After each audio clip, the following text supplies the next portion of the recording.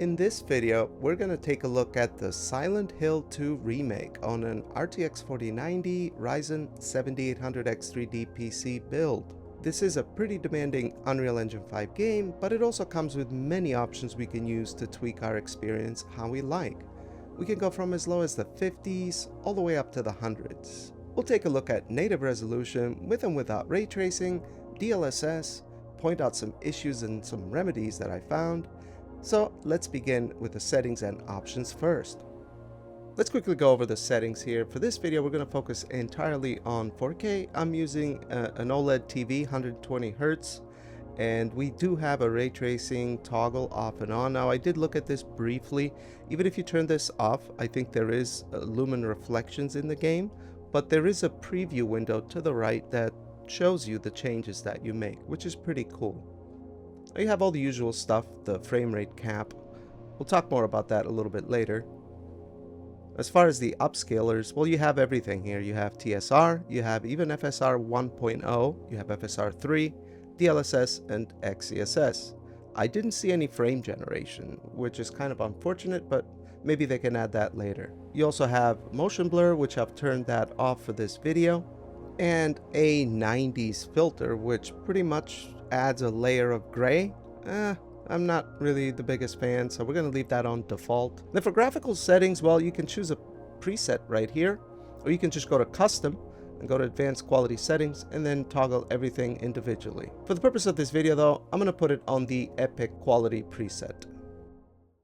So let's start with native 4K. I'm actually curious to see what the fastest current GPU is capable of at native 4K. And we seem to be in the mid 40s here. Now this area here is the most demanding area in the game that I've seen so far. I've only made it up to Silent Hill, but the reason why is the view distance. There's no fog. You can see a lot around you. As a matter of fact, you can even drop as low as the 30s in this area. For the most part though, the 4090 actually can stay pretty close to 60 at native 4K with ray tracing, which is quite impressive. But what isn't very impressive is the stutters, which in this area it seems to always happen. And I don't know if it has something to do with loading, but once you make it downhill, it's not as bad. But now we could sit here and blame Unreal Engine 5. I'm not really going to do that. I mean, sure, UE5 might have some issues that require a bit of work to fix. We have Black Myth Wukong, which is a much faster paced game with much bigger areas that looks really good as well. And that one actually runs pretty smooth. I don't recall anything like this. But anyway, what about ray tracing though? So ray tracing, at least on the 4090, seems to have about a 20% cost. So we have ray tracing on the left at native 4K and ray tracing off on the right at native 4K. There seems to be about 10 FPS difference on the averages. And actually having ray tracing on does make the shadows and ambient occlusion look quite a bit better. So I would suggest keeping this on, if you have the hardware that can handle it. Again, we're going to make some further tweaks because we can make the experience a lot better. This is native 4K. Let's check out some DLSS, because DLSS looks really good in this game, at least from what I've seen, but you guys can let me know what you think.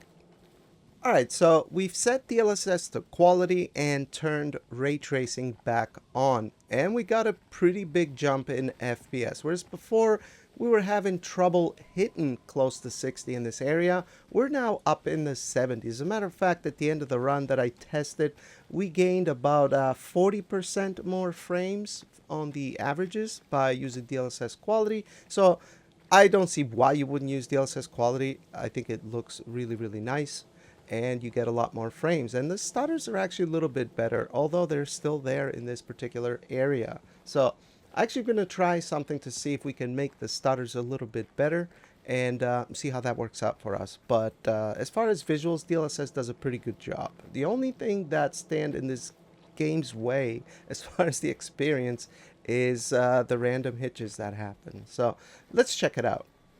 Okay, so what I've done here is I've set a 60 FPS cap with Riva Tuna Statistics server on the right, and then on the left we have DLSS quality uncapped, and we're about to enter the area where there's the most hitches. And as you can see, with the 60 FPS cap, there is still some hitches here and there, but it's definitely a lot smoother. It feels much, much smoother. Now, it's not perfect, obviously, but just making it all the way down the hill, if you look at the 1% lows, we still get some hitches here and there, but it's much better. I mean, with DLSS quality on cap, we're at 45 FPS 1% lows, but with a 60 FPS cap, Rivatune Statistics Server, it's at 60. So yeah, now you might say, why not just use the in-game frame rate cap setting? Well, if you use that on the left, it still exhibits some stutters, whereas on the right with Rivatune Statistics Server, it's pretty smooth. I mean, the in-game setting does maintain 60, it's just not smooth for whatever reason. And I've seen this trend in other Unreal Engine 5 games. So I don't know if it's like a engine thing or what, but Rivatune Statistics Server usually does a better job, in my opinion. And I've heard people say that it can increase a bit of latency. Personally, I'm not really sensitive to. To me, what stands out the most is that with Rivatune Statistics Server on the right, it is smoother. It feels more fluid. Alright, so we're going to continue forward here with DLSS quality, then we'll check out balance and performance as well. I've gone and removed the frame rate cap for now, just so that we can see what type of frame rate we can get overall. Now, here's a fun fact. I never really played Silent Hill 2 back in the day. You know, when it came out, I was too young, and I was never really into these horror games. And to be fair, I'm not really that much into them now. But I think this is as good a time as any to check out Silent Hill 2, right? I mean, it's regarded as one of the best atmospheric horror experience. So, now here's the other thing with this game, right? The cutscenes, they're capped at 30 FPS. Why? Now, they're not pre-rendered, which is cool. Should be interesting once people start modding it. But why is it capped at 30? Now, I went through the menu and I didn't see a setting that would remove the 30 FPS cap. But yeah, they're all capped at 30 FPS, unfortunately. But anyway, I don't want to spoil anything. Let's continue forward. Let's check out DLSS Balance. Alright, so we've now dropped the DLSS balance and we're going to continue forward here into the unknown, at least for me. And image quality wise, DLSS balance actually looks great. The only thing I've noticed is that there's a bit of ghosting with the particles that fly around in the air. But I noticed those have ghosting even if you run the game at native resolution with motion blur off. So I'm not really sure what that is all about. But as far as image quality, balance looks pretty good. As far as performance, well, we do gain about 10 or so FPS on the averages. It's not nearly as big a jump as it was going from native 4K to DLSS quality. Unfortunately for the 1% lows though, they keep getting hammered by these random hitches. So yeah, that's unpleasant. I was actually going to try to aim for a 90 FPS lock here, but I don't think we're going to be able to do it with DLSS at the balance, but should be able to do it with DLSS at the performance. You could probably do a 80 FPS lock though. I think that would probably improve and prevent some of these hitches that happen. But either way, I think DLSS balance from an image quality perspective is really good. I just hope Bloober, whatever the hell their name is, they can fix some of these hitches and stutter. I'm actually curious to see how this game would run on my weaker CPUs. I might have to look into that. But anyway, let's check out DLSS performance and try some FPS locking. Alright guys, so we've now dropped DLSS down to performance, and I've set a 90 FPS cap with Rivatune Statistics Server. We're gonna uncap it a little bit later, but can I just say I'm actually very impressed with how good DLSS performance looks. Actually, I don't think I've spent any time in my videos looking at DLSS performance. Usually I try to stick to quality and balance sometimes at 4K, but this looks really good. I'm very impressed. I'm impressed with how stable it looks. But what's also very good though is our 1% lows are much, much better. Now, is there hitches still that happen here and there? Yes. But 1% lows are much, much better than they were previously. If you recall, with an uncapped frame rate, we were dropping down into the 40s, whereas now we're 60 to 70, which is definitely much better. But yeah, that little stutter there, yeah, that was, I felt that for sure. I still think that it has something to do with the way the game loads assets. At least that's how it feels. It's more of a traversal thing than it is a shader caching thing, but I'm not sure. That's just a speculation on my part. But yeah, I would say DLSS Performance looks really, really good in this game at 4K anyway.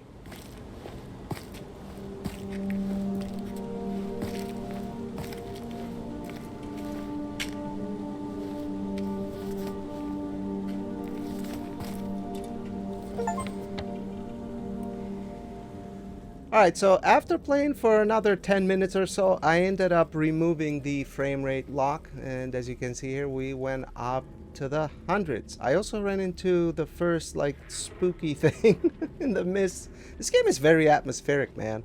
Now I can see why this game left an impression on people. And you also got to remember the time, too, right? Back then, we didn't really have games like this, you know, with that type of atmosphere for the PlayStation 2. So, yeah, I mean, these days, it's not really as groundbreaking, but it is a very atmospheric game with really good sound design, too, by the way. I think Bloober has actually done a pretty good job, even though I don't have a reference for the previous game, because I never really, like, played it. That was creepy. Oh, God. But, back to the topic of this video. So with DLSS set to performance here, we've jumped all the way up to close to 120 FPS actually, which is great. And 1% lows are not too bad, but we still get the occasional hitch here and there, which is unfortunate.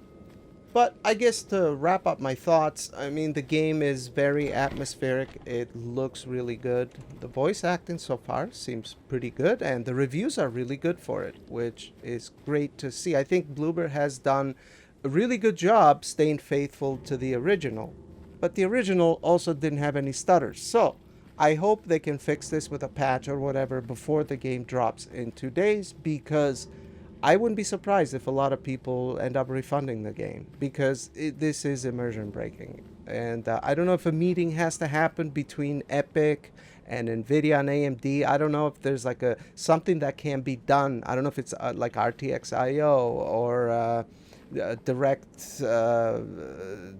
storage, whatever it might be. Something needs to change, because this tends to happen more than it should.